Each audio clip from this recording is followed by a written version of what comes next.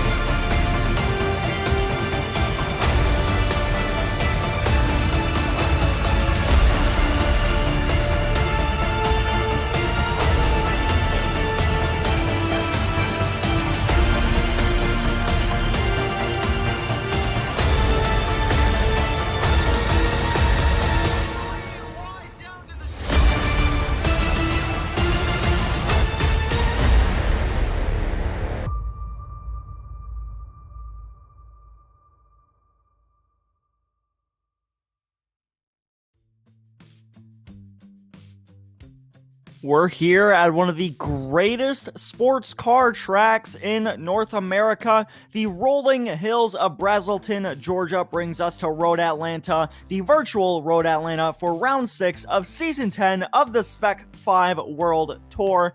My name is Alex Andersen. I am joined in the commentary booth by Randall McGrew with Adam Thompson in our virtual production truck. And real quick, a bit of information about this circuit. Road Atlanta, located in Braselton, Georgia, is home to the famed Petit Le Mans, a 10-hour, 1,000-mile event that has annually drawn the biggest names and cars in sports car racing.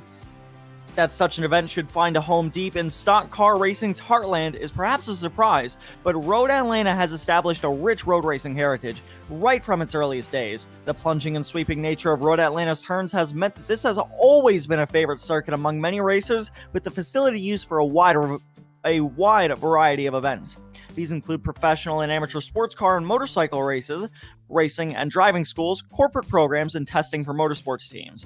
The circuit has been known as Michelin Raceway Road Atlanta for sponsorship reasons since 2018, and we are here at the virtual Michelin Raceway Road Atlanta for round 6 of season 10 of the Spec-5 World Tour, and Randall, with qualifying underway here, I mean, there's quite a few things that we need to talk about. First off, is a relative newcomer to the series. I believe it's his first race, and already he's on provisional pole. His name is Camden Hibbett with a 1:36.7. Yeah, coming out of nowhere, Camden looks to be setting a pretty fast pace. We'll see if he can keep it up throughout the race and run with these big guys. Yeah, Soto currently sitting down there in P4. He was fastest in practice, so we're going to have to expect a little bit more out of that 135 car a bit later in practice. But currently, Rui, that's a little bit off track for Hibbett there. That's going to invalidate his lap, I do believe. But Rui Coimbra currently sitting there in second. This man was P8 in practice, so I mean, he was not doing very good in this number 78 car. The iRacing update threw these cars all out of proportion with how they are, but here's an on-board lap. Rui Coimbra is going to blast down the front straight and into turn number 1. No, it's not full throttle on these cars. They do have to check up just a tad into third gear. You can just visibly see how loose that car is up into the S's. He's going to have to get on the brakes, throw it down into second, try and keep it nicely on the curbs, nice and neat. A little sideways out of there for Rui Coimbra. Heads into the second part of the curbs. This part is full throttle for these cars, and this is probably most engaging corner of the curbs. It's the one you have to slow down the most for, and Coimbra is going to come to a stop here, and that's going to not complete our flying lap. We're going to try and get Hibbett here. Randall, I'll let you take us for a ride. He was coming into turn 1. He's waiting very late to get on the brakes. So just a brush of brake as he pitched the car in. Try to get right there on the apex. Use the camber on the corner to your advantage. Hug it over to the left on turn 2 and try to line it up with the tree line to jump that curb at turn 3. Get back onto the throttle, fighting the oversteers. You're getting that left front wheel onto the curb and bringing it on ice skates in this car through the S's, trying to keep the weight balance. Chuck it in to turn 5 at the end of the S's, and a lot of opposite lock. He manages to catch it. Most people can't catch a slide like that there. That's a lot of talent. Brings the car down on the left-hand side of the track to come into this double right-hander. Get all the way down. You're going to brake. As soon as you see the curb on the right, pitch the car in, down to first gear, eat that curb, get back to the throttle as early as you can, and get all the way down this not straightaway. You're going to straighten out these curves as much as possible and kind of ride the seams a little bit to try to get a little bit more downforce where the crowning in the road is. Straighten out the curve to get set up for 10A and 10B, the chicane. You're going to drive very deep here. We're going to get all the way down to the 100 board before he gets on the brakes. All the way down to second gear, pitch it in. Try to eat as much of that curve as possible. He misses the apex there a little bit. Get back to the throttle, hit that second apex, run it all the way wide out to the exit curbing, straighten it out, coming over the crest of the hill, try to widen this entry as much as possible, turn the wheel as little as possible, and stay full throttle back down the front straightaway. Yeah, and getting pretty loose there on the exit of the S's probably hurt that lap, and Randall, while you were taking us for a drive there, Mitchell Peak has gone fastest there with a 136.7. Here you see Scott Keane going down the front straight. Here's Peak. I believe he's in the pit lane right now, not on track. Here's Otis Adams Jr. heading into the double right-hander, currently sitting P4. And now we can kind of talk about Rui Coimbra for a second because, I mean, he was P8 in practice and currently with 5 minutes in qualifying, sitting in the pit lane inactive, which is not something you normally see out of that driver. Well, he's definitely a race driver, so expect to see him perform come race time, and it's going to be a doozy. Yeah.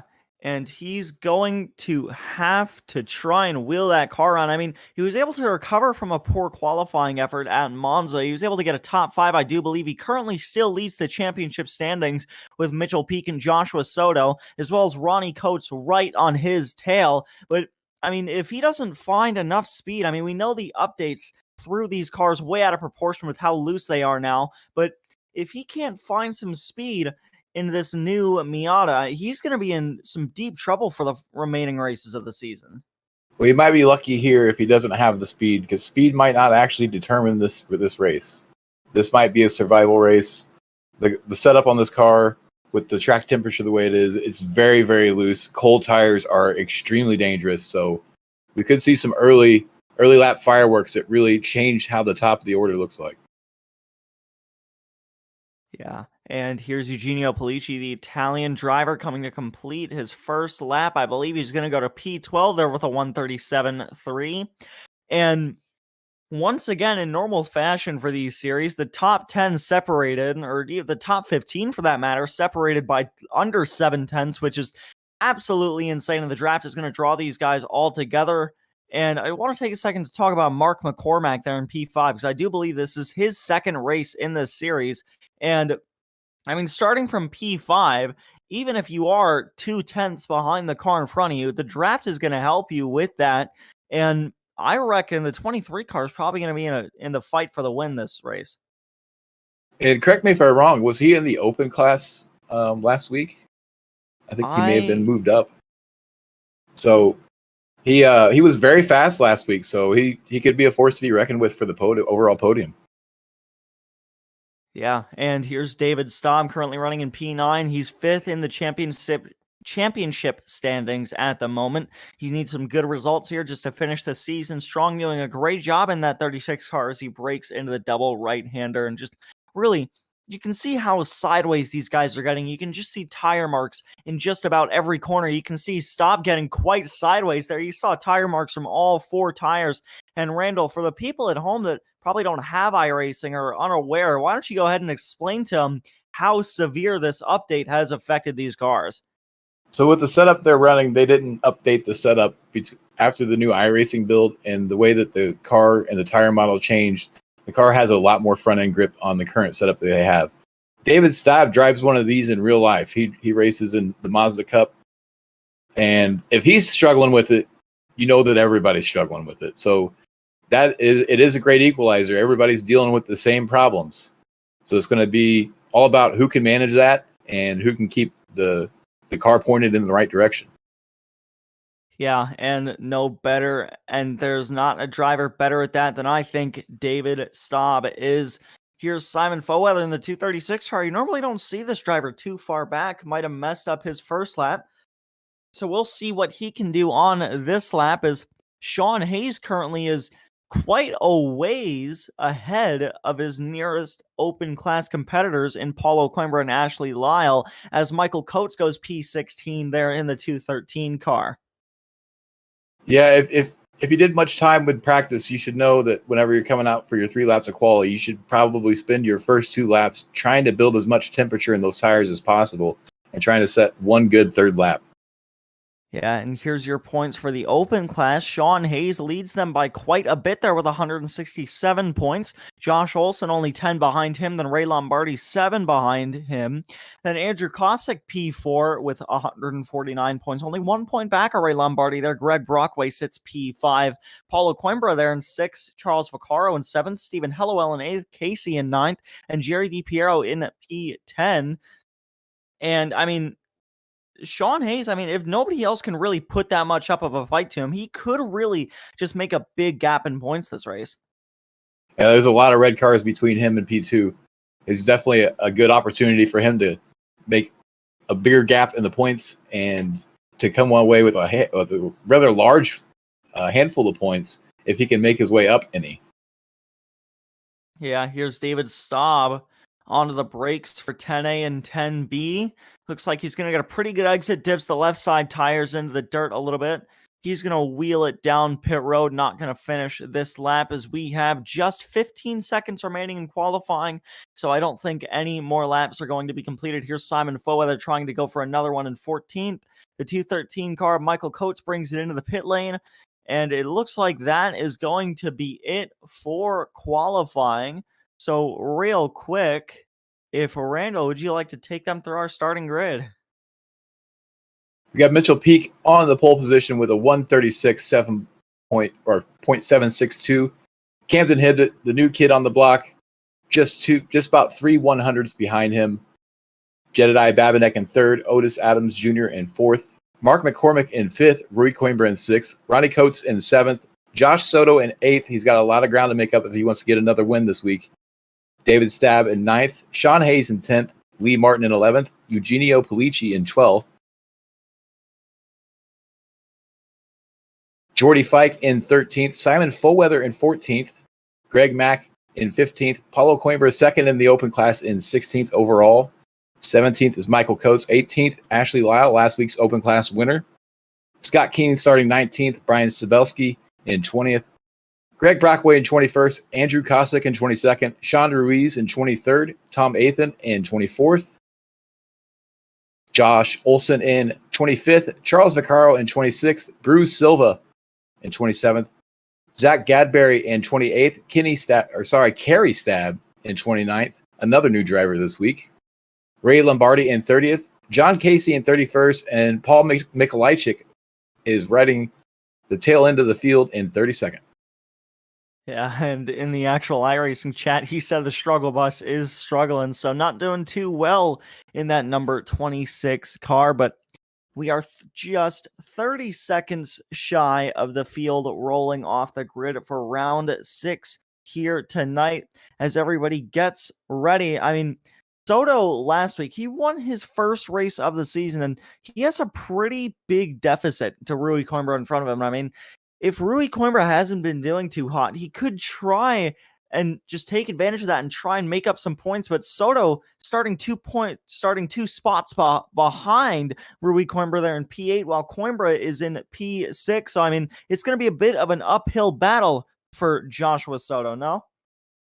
He's definitely got some work to do. And in the very beginning of the race, it's going to be about survival on these cold tires. So both these guys need to make sure they focus on keeping their noses clean, keeping the car pointed in the right direction.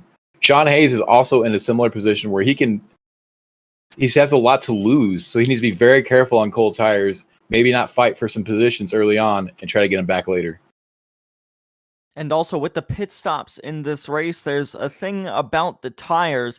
We had a new update earlier today for iRacing, and so the drivers, they have little to no data on these tires. So, I mean, we're also going to have to watch out for who is going to try and take that gamble on 2 tires without knowing what the car is going to do. In the past, it was easy to take 2 tires and maintain a lot more speed, but now on this new update, we aren't sure what these cars are going to do. Normally, I'm pretty aggressive when it comes to strategies like that, and personally, I would not take 2 tires. I wouldn't be gambling with it at all. But yeah. I'm sure we'll see some guys that are probably trying to make up positions, go for an aggressive strategy where they change tires and try to make the best of it. Yeah, and people like that could be drivers like Paulo Coimbra or Ashley Lyle, who need to try and make up a pretty big gap to the next open class competitor in front of them, who is currently at this moment Sean Hayes. There's Ashley Lyle in the SMB Miata, and there's Paulo Coimbra in the Not a Team Miata, and way in front of them is Sean Hayes in the number 94 Miata right there. And here's Mitchell Peak, though, on the front row once again here tonight. We got a newcomer going to start on his outside in the 32 car. Camden Hibbett, Jedediah Babinek, Otis Adams, Rui Coimbra, Mark McCormack, Soto, Coates, Staub, Hayes. Everybody we know, everybody we love in this series, and they are about to put on one heck of a show for us. The iRacing safety car dives into the safety of the pit lane. Now it's all up to the driver's restart zone coming up very shortly, and the green flag is out, and we're racing here at Road Atlanta, and it looks like a pretty good start for Mitchell Peak. Hibbett getting a nice push, but he's falling back just a tad. We'll see what Jedediah Babinek tries to do to maybe take the lead into turn number 1. Mitchell Peak is going to get it. Jedediah Babinek going to try and challenge for a second. Hibbett fighting back on the outside. There's Otis Adams and Mark McCormack side by side. The field currently still all side by side. Here's Scott Keane. He's got Ashley Lyle and a few other cars in front of him. You can see the 213 car of Michael Coates as well. Paulo Coimbra lost a bit of time there to the cars in front of him. It's going to be difficult to catch up to the number 94 after that. The field mainly single file through the S's now, and it looks like a pretty clean first lap so far here at Road Atlanta. Everybody was absolutely tiptoeing their way through the first couple corners. You can see people getting onto the brakes early, making sure they were giving everybody around them room. No surprise, these cars are treacherous on cold tires. Yeah, as Mitchell Peak tries to pull away, you'll now see how much the draft still affects these cars down this back straightaway. The gap already starting to close between Jedediah Babinek and Mitchell Peak. Camden Hibbett giving a push to that number 30 car as they come down this back straightaway. Mark McCormack there in the catbird seat behind these guys. Otis Adams Jr. and Ronnie Coates have a bit of a gap to the guys in front of them, but here they come into turn 10A and 10B. Mitchell Peak defends the middle a little bit, and onto the brakes they come. No moves just yet. Everybody maintains P so far. Soto just got up to P7. He got around Rui Coimbra just then I saw on the timing tower, but he has a bit of a gap to the cars in front of him. He saw them just over the crest of the hill as Mitchell Peak is going to lead lap 1. We see further back, it looks like Paulo Coimbra lost a couple spots going into the chicane there, so maybe he was battling with somebody and came out a little bit worse for it. He's going to have more ground to make up now to catch up to Sean Hayes. I would say the draft is probably going to assist them with that quite a bit. Here's a bit of a battle for position here. Ashley Lyle has gotten around Paulo Coimbra for P2 in the open class. Now we'll see if she can make the uphill climb to try and catch up to Sean Hayes, who still is 6 whole spots away, and that is going to be a pretty big deficit, especially because the gap between Jordy Fike and Sean Hayes has gotten over a second, which is going to really hurt the drafting properties of these cars behind him. Side by side behind him, though, that's Lee Martin and Simon Foweather there. And here's the field behind them, all coming over that hill. Everybody's still single file and racing clean. Here's Kerry Saab, another newcomer. Charles Vaccaro right on his back bumper. Not going to make a move, the experienced driver in that number 164 car. And they stay nice and clean through the double right-hander. This could be the most dangerous part of the race. Everybody's got a little bit of heat in their tires. They're feeling a little froggy. You might see some moves that end up in disaster. You could also see some really good moves that make up a lot of positions early on. And here's Babinek riding the back bumper of Mitchell Peak going into 10A and 10B, both onto the brakes. That's a big move from Mark McCormack. Wow, I didn't think he was going to make that corner. Easily gets around the newcomer. And Otis Adams Jr. going to try and do the same thing right on the back bumper of Camden Hibbett. He has Ronnie Coates behind him as well. Down the front straightaway, it looks like Adams trying to get a more direct route through that corner. And it looks like Soto onto the curb a little bit back there as the pack has started to break up a little bit as Foweather has fallen back a little bit from Jordy Fike. And there's 2 packs, and there was a car around I saw back there. I believe that was Brian Zabelski. Brian Zabelski's still having trouble getting the car pointed back in the right direction. This is the point in the race where you're going to start seeing the fast guys really pull away. As you mentioned, we have 2 packs forming, and we're going to see a replay of exactly what happened with Brian Zabelski. Coming through the final corner, I suspect that he gets on the curb too much. Yes, he does, and it sends it right around, and a heavy hit to the inside retaining wall. Very easy thing to do with this new Miata update. Zabelski continues going, but a lot of right side damage to that car. You can see how much the fender is pushed in. But here's Sean Hayes, who currently is just riding just fine up here in terms of the lead of the open class. Ashley Lyle and Paulo Coimbra have a large gap to him, and it's going to be hard for them to make that up. You saw Lyle turning out of the double right-hander back there. Here's Joshua Soto right on the back bumper. Ronnie Coates maybe could make a move possibly down into 10A and 10B. He's got the draft. That gap is closing. Just not sure if it's something these guys want to risk right now, as we've seen other things where drivers, especially for the lead with Babinek and Peak, where they can possibly make a move, but they decide not to. There was a move there that was attempted. Hibbett trying to get back around McCormack, ended up not being able to bear any fruit from it. Adams tried to take advantage of it, but everybody still maintaining position as Soto comes through the final corner right on the back bumper of Ronnie Coates, who has tried to make a move on Otis Adamson. Those guys are 3 wide into turn number 1. That is just how Joshua Soto drives, 3 wide already on lap 4 of this race for a pass. He's definitely got a handle of this car now. He feels that he got enough tire temperature that he's going to start making his moves. I expect to see him in the front very soon.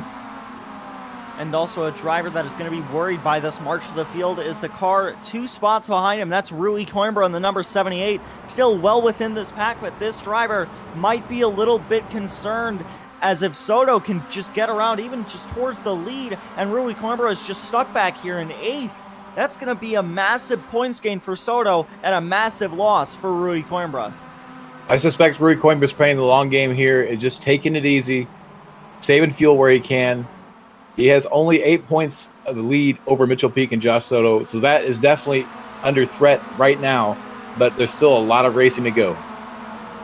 Mitchell Peak and Ronnie Coates could also gain a lot from this, as Mitchell Peak currently leading the race. He's led every lap so far. His Babinek has probably been able to make some moves, just hasn't taken advantage of them, but he's taken advantage of one now as they break into the chicane. Babinek is going to take the lead for the first time tonight. Just got to make sure he gets through the chicane to confirm that pass, and the 30 car leads for the first time tonight. And I would suspect that these guys, I would probably just assume that Mitchell Peak not very bothered by that, as these guys just trying to still figure these cars out, prepare for the pit stops. They're going to have to make it around halfway. And actually, Mark McCormack just set the fastest lap of the race, but here's Greg Brockway with Charles Vaccaro behind him. Maybe a bit of an incident between these two. Oh, bit loose into that corner, and just a little bump from Charles Vaccaro sends that driver into the inside retaining wall. He's able to back it up, but it looks like he's going to be out of this race. Very unfortunate for the 62 car. He can get the car back going again and maybe make up a couple spots to salvage, but it's very early in the race. He's got a lot of time to make up to the cars ahead. Yeah, and it's just going to be very difficult, especially at this track with no draft. And I would assume that Mitchell Peak probably not too bothered by that move. He knows it's early, and these guys are going to have to prepare for the pit stops, which really can decide these races. And we have seen some incredible moves made on pit road, like what Soto tried to do at VIR to try and win the race.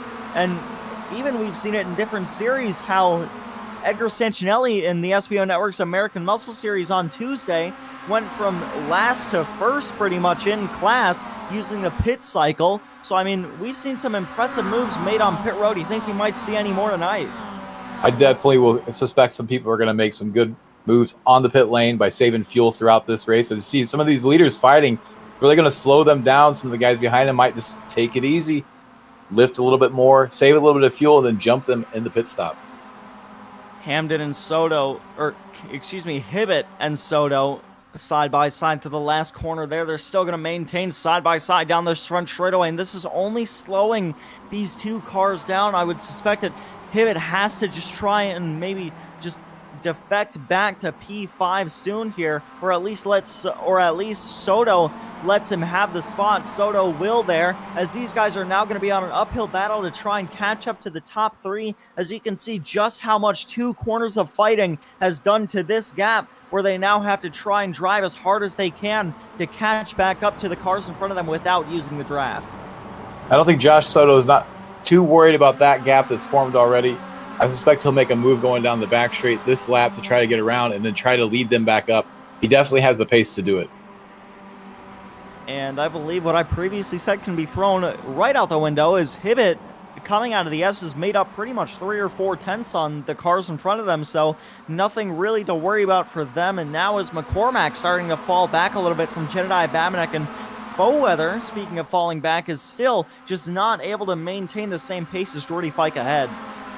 You see we got 11 cars in a breakaway, this lead pack, and then we have a second pack that's much smaller. They may be able to catch up, and Simon Follweather has some good pace, and they keep it clean and don't fight each other too much. Yeah, but I would say that the pack in front of them, without a doubt, has more cars.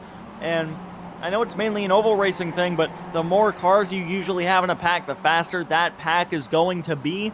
That's absolutely right. So especially down these straights with having 11 cars compared to just 4, I mean, these guys down the straights, they're all going to be feeding each other draft, and it's going to increase their top speed and momentum by a lot. The more we see these leaders fight with each other, though, the more that pack can slow down. So that's really the only chance that second pack has to get back in contact, other than through a very speedy pit stop, is if these leaders start battling each other and slows this front pack down. Yeah, I almost forgot about the pit stops there. I mean, we've seen crazier things happen on pit road here, so I wouldn't be shocked if a big move is made there to try and make up spots. Soto, it looked like, got a little bit wide there through the exit of the S's, and Babinec still maintains the lead here, so you gotta wonder, I mean, I know we're only 11 minutes into this race, just under 11 minutes, I mean, we still have the pit stops to go, but I mean, when do you think, for at least just the end of the race, when do you think, Randall, would be go time for these drivers? Once they take fuel, they're definitely going to be go time. If they take tires, they're going to have to drive a little bit harder than they would like to on the outlap to maintain pace and to build temperature in those new tires. But it's also going to be a bit of a rodeo ride, so it could shake out any way if they take tires. It's going to be very interesting to see who takes tires and who doesn't. That didn't mean to interrupt you there. Sorry about that. And bit of a move made for second there is actually Babinec fell back to third in a singular corner there. Mark McCormack up to second. Mitchell Peak takes the lead once again, and there's a battle behind him again. Soto this time is going to clear Camden Hibbett for P4 there, and now he's going to try and make a move on Jedediah Babinec into turn number 1. This 135 car, a lot of speed early on in this race. 2 passes, 2 corners, and Soto moves himself into the top 3. See, Babinec getting overtaken by McCormick had to cause Hibbett to lift a little bit, and Josh Soto, ever the opportunist, took every chance he could to get around him, and then was able to set up Babinec, and now he's going to be hunting down those leaders. I expect within the 2 or 3 laps, we'll see Josh Soto get that bonus point for leading the lap. Yeah, and these guys, I mean, especially if you're somebody like Jordy Fike or Sean Hayes back here, I mean, you got to think, what can you do to try and catch up to the leaders in front of you? I mean, they're still sitting in the main pack, but they can't really go anywhere in this draft train, so they have to just try and wonder back here. The pit stops are probably going to be their main resource, but what can they do on pit road to try and make up some ground? Well, they really got to nail the pit entry. Other than that, they're saving fuel. Anytime you can lift, that means less fuel you have to take in the stop and potentially a faster pit stop. So they're probably just saving a lot of fuel and maintaining contact with the cars ahead. And actually, I just realized this, but I mean, you can see how much the gap increases on the straights, but these guys, led by Simon Follweather, are starting to catch up to the field, not by much, but just a little bit. Last time we checked, it was around 3.8 seconds, and going and entering that straightaway past the double right-hander was down to 3.3. It went back up to around 3.6, just because of how much bigger that front pack is and how much drafting power they have. But these guys, I mean, if they can put together some really solid laps, I mean, they're starting just little by little, they're starting to cut down that gap. Anytime you see a scrum in the lead pack, you're going to see that second pack inch a little bit closer. So they're really, really hoping that the leaders start fighting more, or that some other people in this pack start fighting to slow down the pack and let them catch up just a little bit more.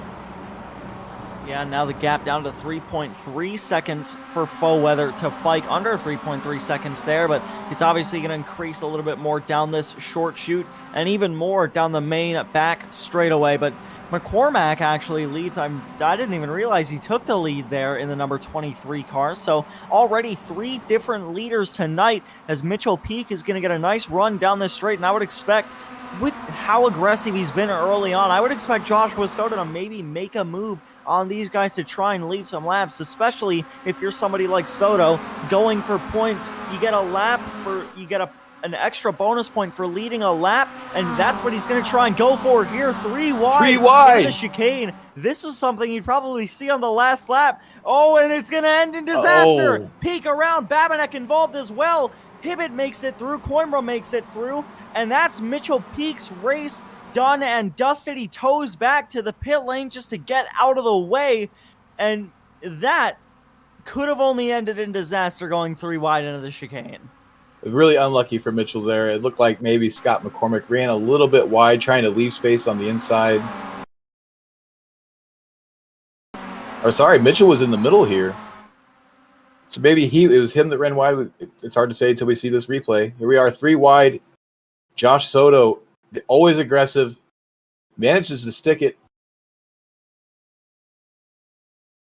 And it looks like McCormick turns in a little bit earlier than Mitchell Peak. Mitchell Peak leaving a little extra space on the inside for the Holy Spirit, and they make contact, and around he goes. It looks like a few cars got collected into that, maybe Otis Adams and Rui Coimbra both.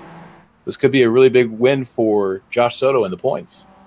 I think Ronnie Coates got some damage as well. And I mean, it's hard to pin that on any one driver, really. I mean, I don't want to pin it on really anybody. And Soto gave them enough room going 3 wide into that corner. I think they definitely could have made it through, but it was just maybe a lack of awareness from all 3 drivers on what would have happened there. And it looked like maybe the cars of Mitchell Peak and McCormack just met in the middle just a little bit.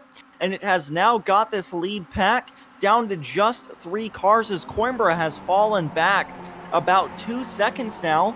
Jedediah Babinek and Otis Adams, as well as David Staub, Ronnie Coates back there as well, Sean Hayes and Jordy Fike following them. But now this lead pack down to 3 cars, and you got to expect during the pit stops, they're probably going to split up even more. No, they could split up more. Josh Soto's been shown that he has really good pace on pit entry. He knows how to attack the entries, and he always has pretty quick pit stops. So even though he's going really fast, he manages to save fuel during all that. So he's got a lot of talent. I suspect he'll be in the lead after the pit stops, but it's hard to say. It's going to be a crapshoot.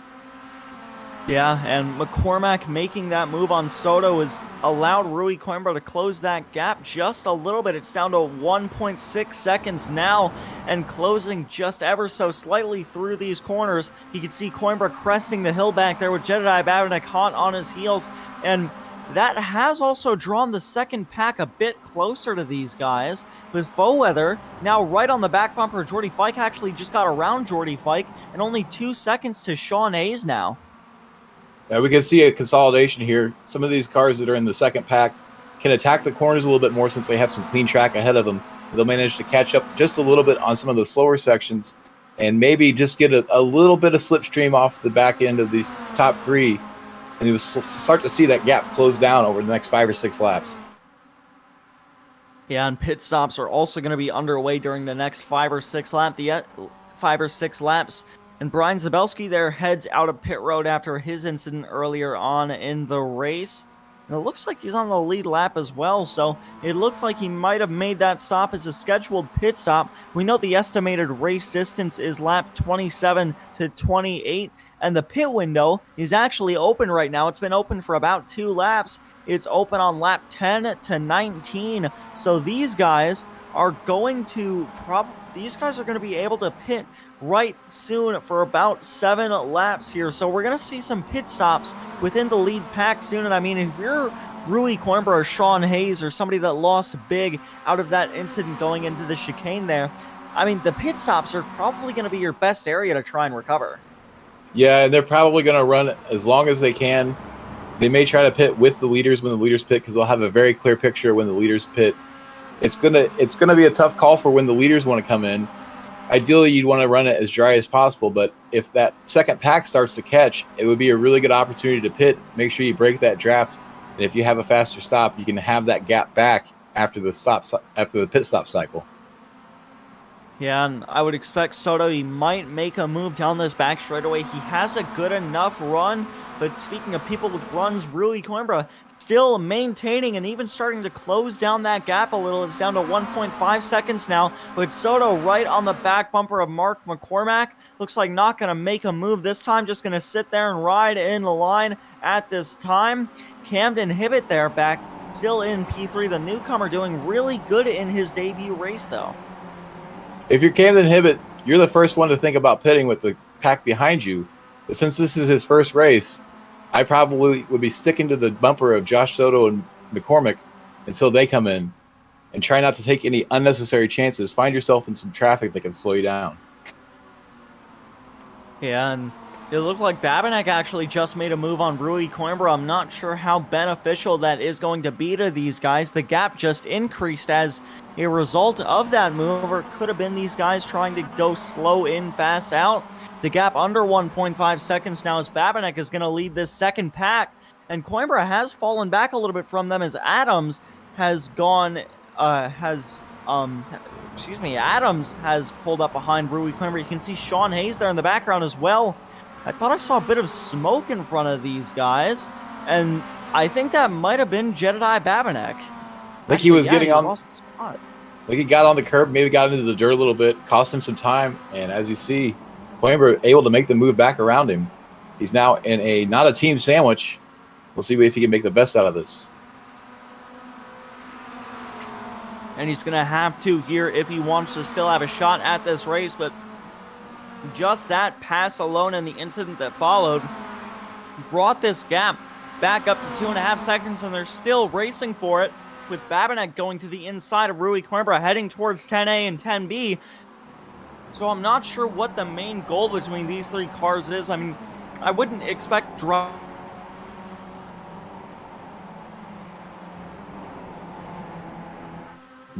think we may have lost Alex. After thinking that they can't catching.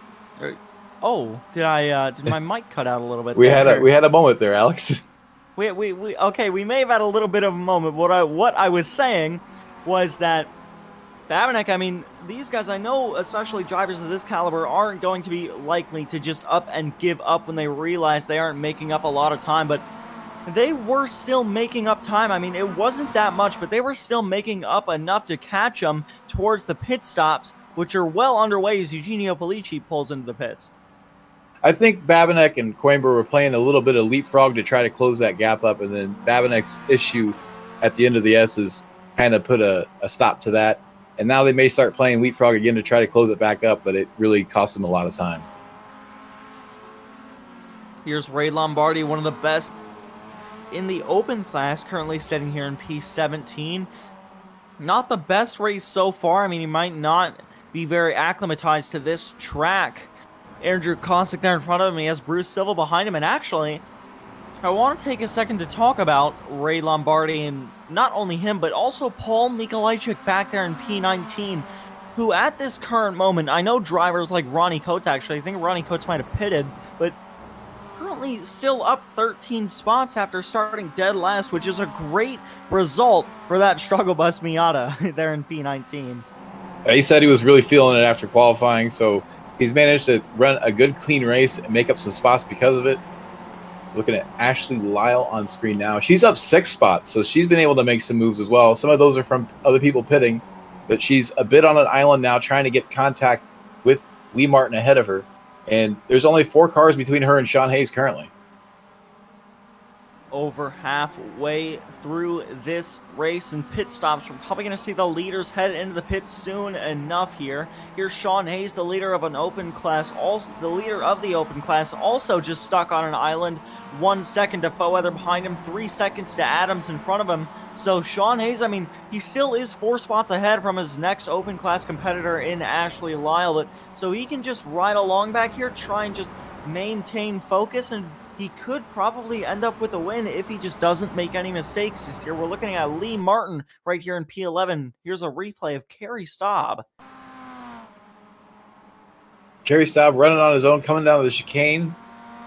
It looks like maybe he just outbrakes himself a little bit, runs wide, cuts through the grass. That'll cost him a little bit of time. And he parks it. I think might have not been intending to finish the race, just trying to see what the car was going to do and maybe preparing himself for next week at Legacy Silverstone, which is probably a pretty smart move from that driver, especially in his first race, or maybe just up and sick of driving this car, which honestly, I feel him after how hard this thing is to drive now. But Soto is still right on the back bumper of Mark McCormack. Camden Hibbett right there as well. Jedediah Babinec over 4 seconds back now, so those guys have fallen off a lot. Babinec actually into the pit lane that lap, so the leaders now are throwing their hat into the ring for the pit cycle. Here's Zach Gadberry. I think it's also his first race. Looks like exiting the pits. I think he's waiting for just a clear gap to not be in the way for any of these guys as he exits the pit lane. Gonna tuck in line right behind Simon Foweather and the pack of cars behind him. So pretty smart on him to just try and stay out of the way, not interfere with a race for the lead. Great driving from the number 47 car. You got to wonder when some of these open class drivers are going to pit. It looks like Sean Hayes already has pulled into the pits. Ashley Lyle's still sticking it out. She's probably going to be coming in the next couple laps. Well, everybody will be coming in over the next 2 or 3 laps as the pit window will be closed, and these guys are running really low on fuel at the moment. Yeah, and here's the 96 car of Lyle, who looked like is losing maybe just a little bit of time to Lee Martin in front of her, and I reckon the straights have a lot to do with that. The next car behind her that is for position is Tom Athan there, so it's going to be a pretty big fight for her to try and put herself back in a winning position, but it looked like there that the leader of the open class, Sean Hayes, pitted that lap, so I reckon that Ashley Lyle, I mean, she would probably want to take advantage of that, maybe try and pit this lap, but it just depends on what everybody tries to do. Is we have to see what everybody's going to do. Is here's Athan racing against Sean Ruiz down into 10A and 10B. A lot of times you just want to drive these things as long as you can and run them as dry as you can, run as long of a period as you can on low fuel. We see most of the leaders starting to come in now. Even the top 3 are in pit lane. It'll be interesting to see how the top 3 come out. You know that Josh Soto's got to be counting cards a little bit, trying to count who's led how many laps so he can try to get the extra bonus point for leading the most laps. He's showed a lot of patience coming up to the pit stop. I expect to see him be super aggressive coming out. Yeah, see most of them taking 2 tires as well. Yeah, that was pretty much all of the cars inside the top 12 that pitted that lap, so everybody having the same idea. Everybody up on the jacks for 2 tires. Soto and Mark McCormack already out of the pits. Camden Hibbett loses a bit of time there. He's not going to be on the back bumper of those guys exiting the pit lane. Let's see, here's Sean Hayes trying to catch up. He's not going to be leading the race. We'll have to see where he comes out in relation to Ashley Lyle. Looks like he's going to get in front of her, I do believe, out of the pit lane as Lyle exits the pits. So Sean Hayes takes back the lead once again as the top 5 still have yet to pit. And the provisional leader, Mark McCormack, there with a great pit stop, ends up 1.6 seconds ahead of Joshua Soto. It makes you wonder if he's going to have to do some fuel saving to make the end of the race, but you're right. A big gap coming out of the pits is not something I really expected to see. I expected to see Josh Soto with the fastest pit time. I'm really interested to see what McCormack's fuel level looks like after that stop. Only time will tell as we draw near the final 15 minutes of this race, which is really where it's going to start to heat up. And the thing is, another thing you got to think about here, when the top 5 all pit, all the guys in front of these leaders have to pit. And when this happens, you see Sean Ruiz already into the pits, but when that happens, you're going to have to wonder, it's going to be pretty much 2 cars against the world, and they're not even going to really be in draft ranges. All those lap cars start to file down onto pit road. And when all of those guys head into the pits, which they have now, save for, it looks like Ray Lombardi and Michael Coates, you got to wonder, what can these cars do? I mean, they have new left side tires. Almost everybody took new left side tires. But Mark McCormack, I mean, he has a 1.4 second gap to Soto, and the cars behind him, all 4 cars behind him, Hibbett, Coimbra, Adams, and Coates, they're all in a pack. And I mean, Soto, I know he's fast enough to close that gap to McCormack, but what about the 4 cars behind them? if they're going to have any chance to close down the gap, they're going to have to work together. They're going to have to play some leapfrog and not fight each other in the slow bits and practice a little patience and let the fastest guy lead them. If somebody's faster than you, you almost have to take the form of water and let the guy go, get in behind him, and let him pull you forward. Yeah, and as Hibbett comes out of the right-hander leading this pack, they've got, or no, they're not within drafting range of Joshua Soto. They're 2.7 seconds back of Soto, but Soto has gotten into drafting range of Mark McCormack, so now it has become a race for the lead once again, as no matter what Mark McCormack tries to do, Soto is always going to be breathing down his neck from here until the end of this race. We just have to see what the 4 cars behind him can do to try and close that gap. I mean, they have some of the most experienced drivers in the field. I mean, you got the newcomer Camden Hibbett showing a lot of speed. You got the experienced drivers who know exactly what they're doing there in Rui Coimbra, Ronnie Coates, and Otis Adams Jr. So these guys, I reckon, they can probably try and close that gap. I mean, you can see the lap Soto is running there, 136.5 just by himself, which is absolutely insane for him. And I mean, these guys, the cars behind him, they could try and close that gap if they work together a lot down these straights. They really got to hope that Soto and McCormick start fighting with each other. If McCormick is actually going to be low on fuel towards the end of the race, he may not fight with Soto too much. It may let him go so that he can save fuel behind him. But right now, it seems like he's still trying to do his very best to run away. Soto is having trouble closing up the gap. Now that he's close enough for slipstream, he's not able to close up to his bumper. So maybe a little bit of cat and mouse, and maybe just 2 drivers driving their hearts out. And you can see the smoke out of the rear tires from Joshua Soto through that right-hander. I mean, these guys are essentially sideways through every corner now, trying to push these cars. And speaking of pushing cars, Rui Coimbra was pushing Camden Hibbett a little bit there. Now he thinks it's in his best interest to make that move for third. And I reckon the 2 drivers behind him trust him a lot more than Hibbett, with Hibbett being a newcomer, so I wouldn't be surprised if Coates tries to follow suit. But Rui Coimbra takes over P3 as the leaders continue to try and pull away while simultaneously racing for the lead. 3.7 is the magic number. They were 3.7 seconds off the top 2 when they came into the chicane. So next lap, we'll keep an eye on that and see if they manage to close it down any by playing leapfrog. Yeah, and Soto fell back a little through that corner there. He still has a really good laps going. He went 0.3 faster than McCormack that lap. And Rui Coimbra also was a lot faster than them that lap. So I think the gap between these 4 cars and the leaders is still most certainly closing. It's closing. They're running out of time, though. They only have about 7 or 8 laps left to get that gap closed down. So they're really going to have to get on it if they're going to have any chances. But it looks like Soto is just biding his time in second, not going to go for that extra point for leading the most laps, and is going to challenge McCormick right at the end of the race. Maybe trying to push him. Maybe he thinks that he's struggling on fuel and could just be pushing him, making sure that he can't save any. I mean, you most certainly reckon that Soto knows that winning the race is worth a lot more points than just 1 extra bonus point for leading a lap. So I mean, if Soto wins this race, it's going to shake up the point standings quite a little bit. You see Zach Gadberry in front of these guys heading down this back straightaway. And Soto, we all know how experienced he is. I mean, before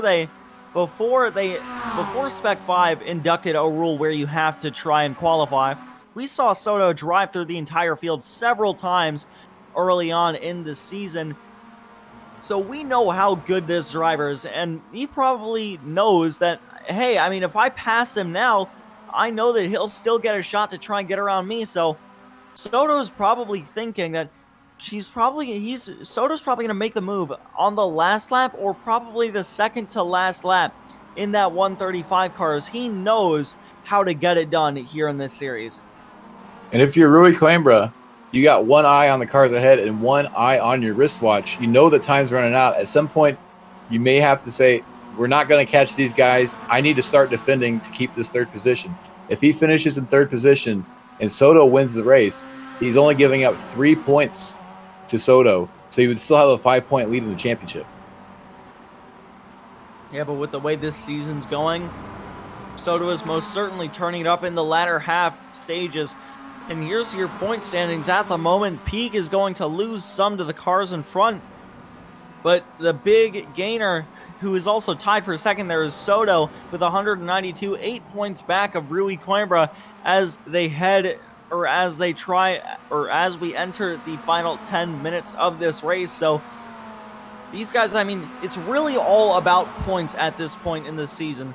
Really, as we enter, I mean, this is round 6. We only have 4 races left after this, so we're in the second half. We're well into the second half of the season. Here's the info screen. Yeah, we're on round 6, so we're well into the second half of the season, and that's where the points battles are going to really start to pick up, and it's where you're going to see drivers try and make up points deficits, but a big points deficit is going to be Sean Hayes to the cars behind him in the open class.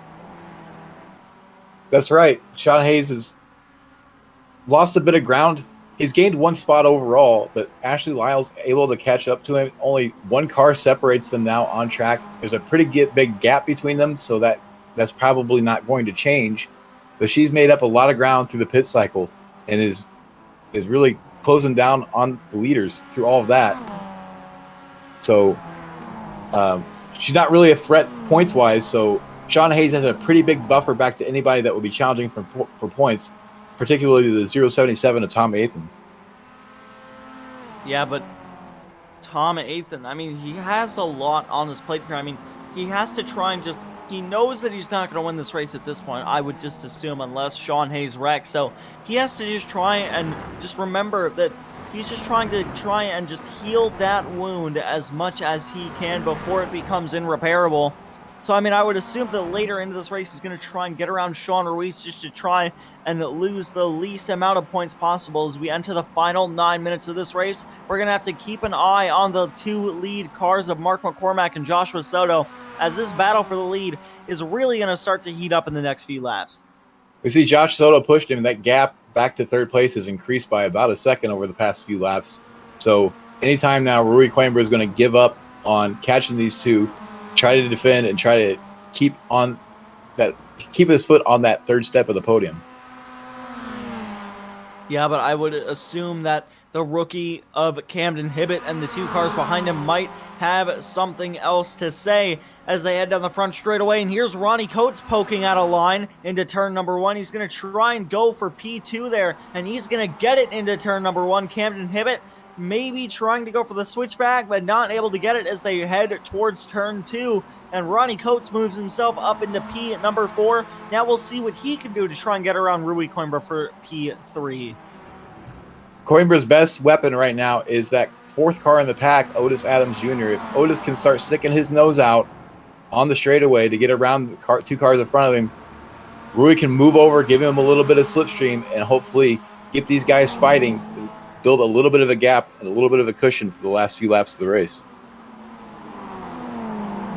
And, I mean, it's just going to really start to heat up. We're in the final 8 minutes of the race. We have around 5 laps remaining, I would assume. And you see Sean Hayes riding in line behind Jordy Fike. He's done just the best job he can throughout this race. He's led it every lap for the open class, has not missed a single mark. So he's done a great job in this 94 car. And really, Camden Hibbett, I mean, if he wants, he could, if he wants, he could probably try and get back around Rui Coimbra into the chicane. He was close enough, didn't look like he went for it that time around, but he'll have a second bite at the cherry, I would probably think, going down the front straightaway. You saw the gap closing there. Here's the gap closing between the lead cars as Soto gets that draft down the front stretch as they both send it into turn 1. You can really just see the amount of slip angle these cars have, but it's going to be a double pass into turn number 1 as Hibbett and Coates both get around Rui Coimbra there for P3. Coimbra tries to fight back into turn 2, but can't bear any fruit from that move. And Ronnie Coates puts himself onto the third step of the podium at the moment, but Hibbett is definitely going to try and make that move to get back around him as we still have 6 minutes left in this race for these guys to battle it out.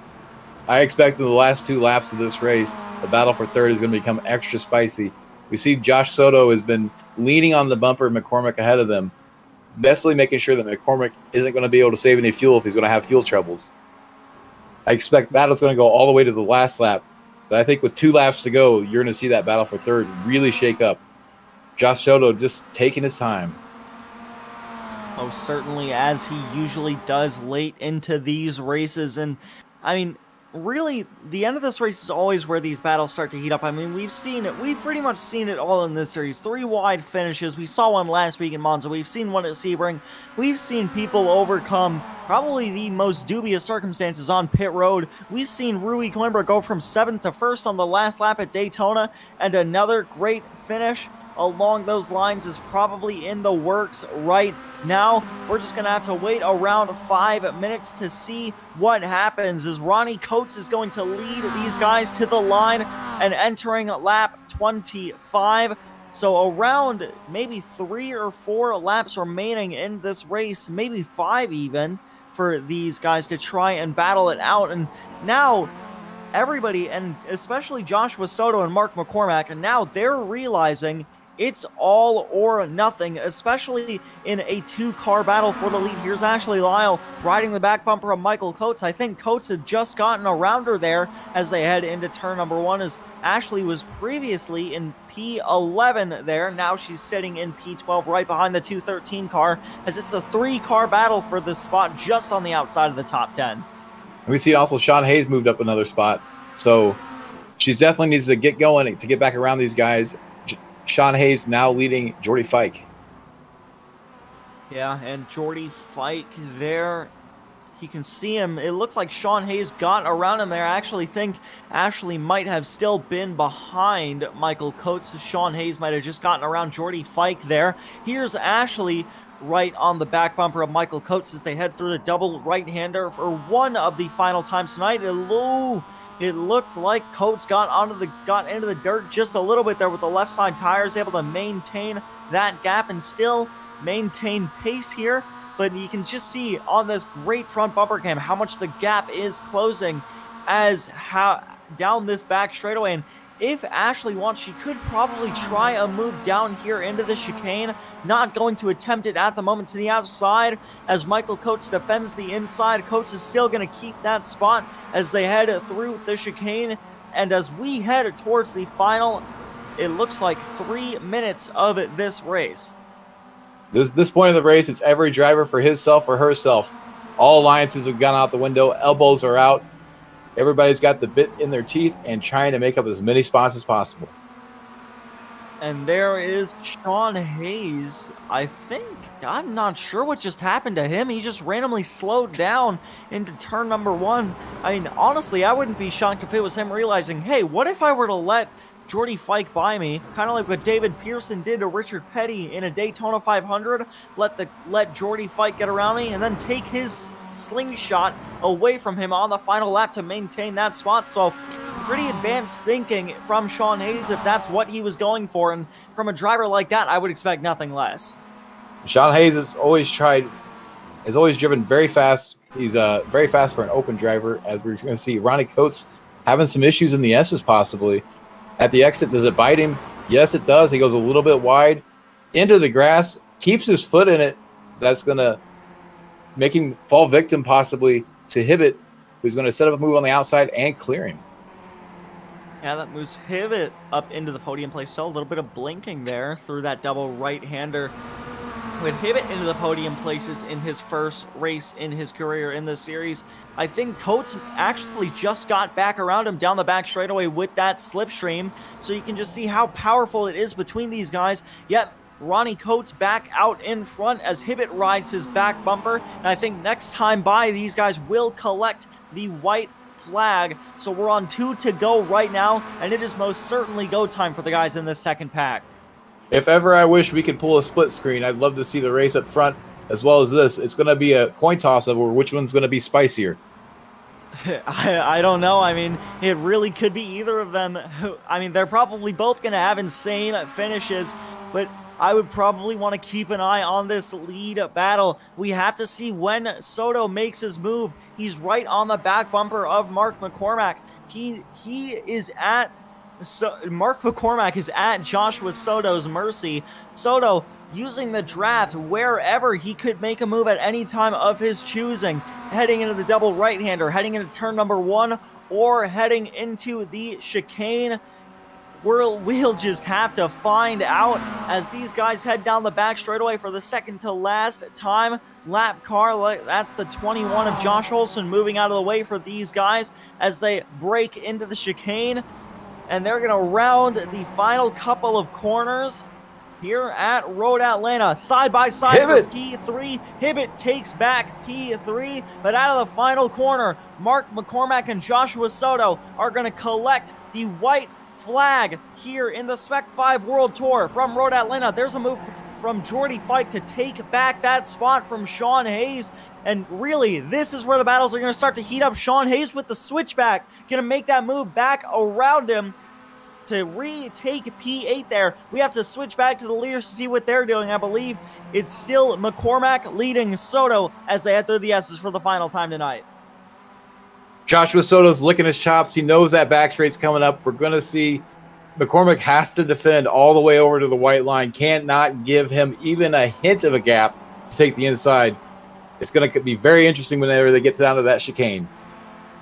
Yeah, there was faux weather making a move on Coates. Let's go back to the leaders now as they're heading through the double right-hander for the final time. This is what it's all going to come down to. It's going to be this back straightaway. That exit is so important. It looks like McCormack did it just a little bit better, but now you'll see as that gap starts to close for down the back straightaway for the final time.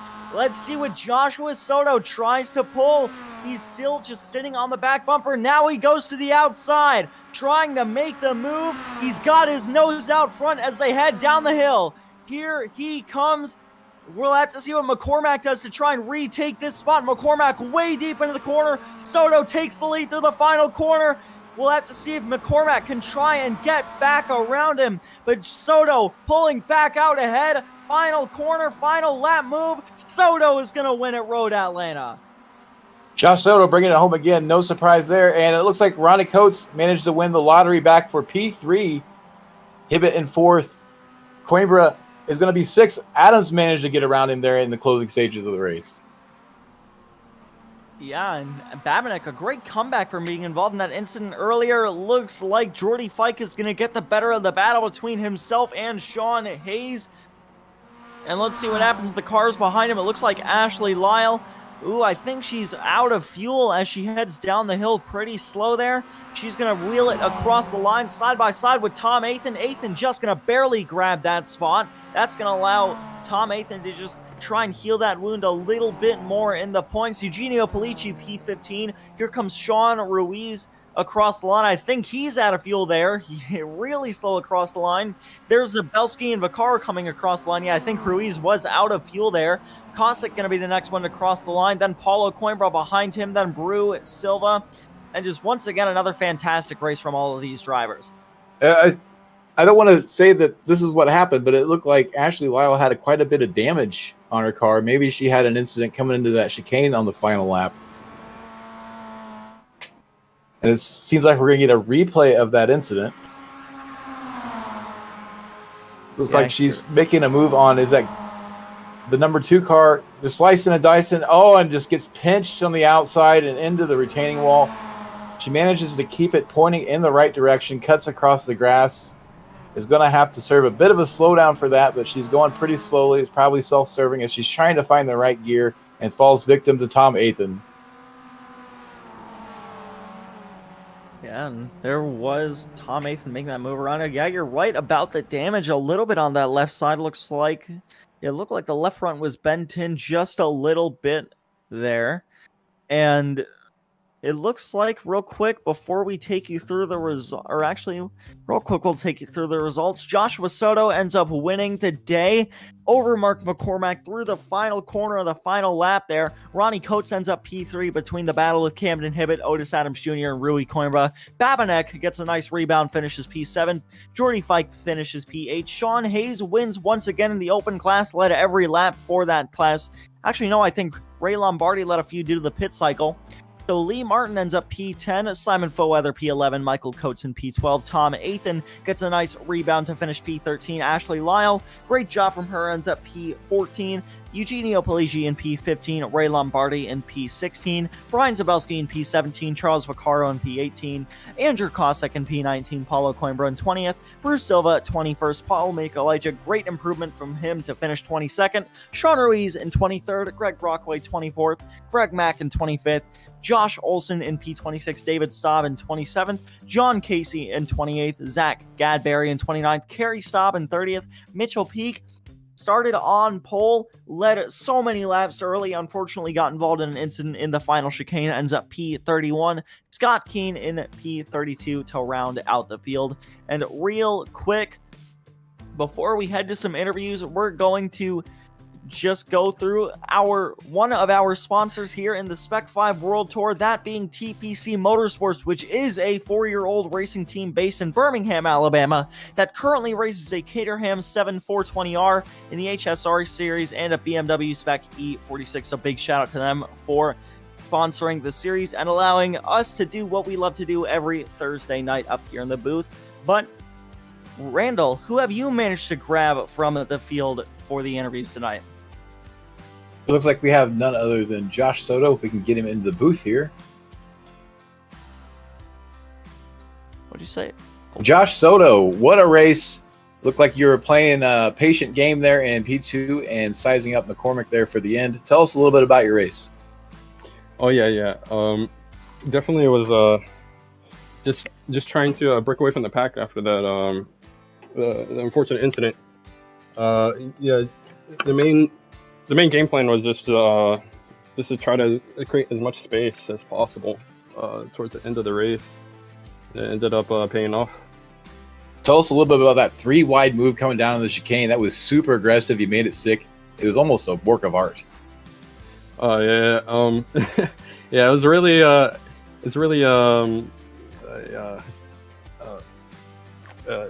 scary move going down into there. You have to be very precise. It looks like there was like contact on my right, so I was just trying to create as much space for those guys to make sure that I wouldn't hit them trying to go for the pass. So cold tires were definitely an issue this week. How did you manage them?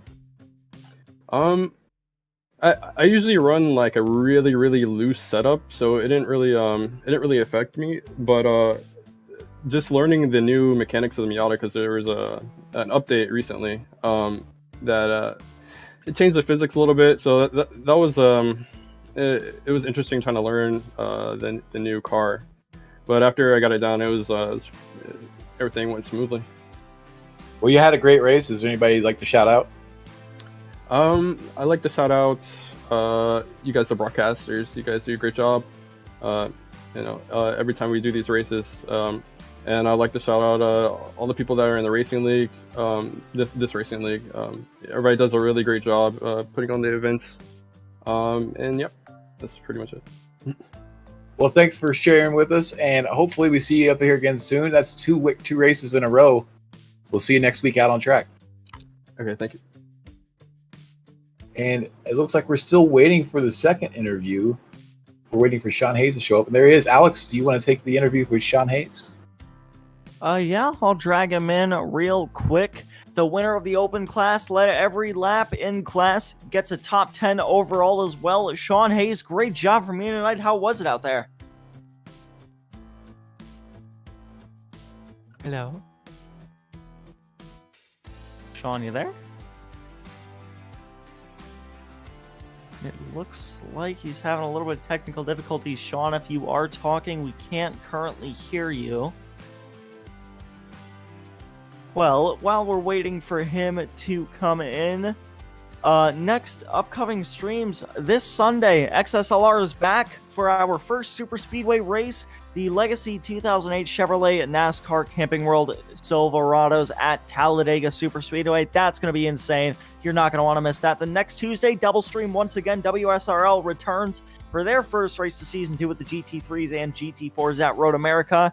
The AMS returns next Tuesday as well with the Mustang FR500S is also at Road America. The next Thursday. The Spec-5 World Tour returns once again, same time tonight for the Mazda MX-5s at Legacy Silverstone, which is going to be pretty interesting. We've seen them race there before, but it's going to be a different layout and all the more chaos. So, Sean, have you fixed that mic issue there on your end?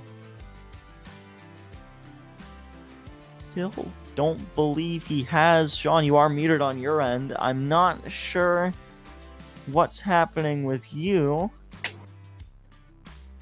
But, Sean, unfortunately, I don't think we're going to be able to get to talk to you. I apologize. I would have liked to, but it appears just technical difficulties not able to figure themselves out. But for the moment, I mean, just for final thoughts, once again, I just thought that was a fantastic race. I mean, everybody just another fantastic job, was entertaining all the way through, and just another great race from these guys. It was not nearly as chaotic as I expected it to be. So props to these drivers on managing some tough conditions and getting the job done. And this is the kind of racing we saw tonight is very typical for Road Atlanta, which is what makes it such a great racetrack. You see, it's great for racing, great for passing. It's a very difficult track to drive, but it's also one that has a lot of opportunity for excitement. Most certainly, and it looks like that's going to do it for us. My name is Alex Andersen. I have been joined in the commentary booth by Randall McGrew, with Adam Thompson on cameras in our virtual production truck, and on slow motion broadcasting for round 6 of the Spec-5 World Tour from Road Atlanta. Have a good night.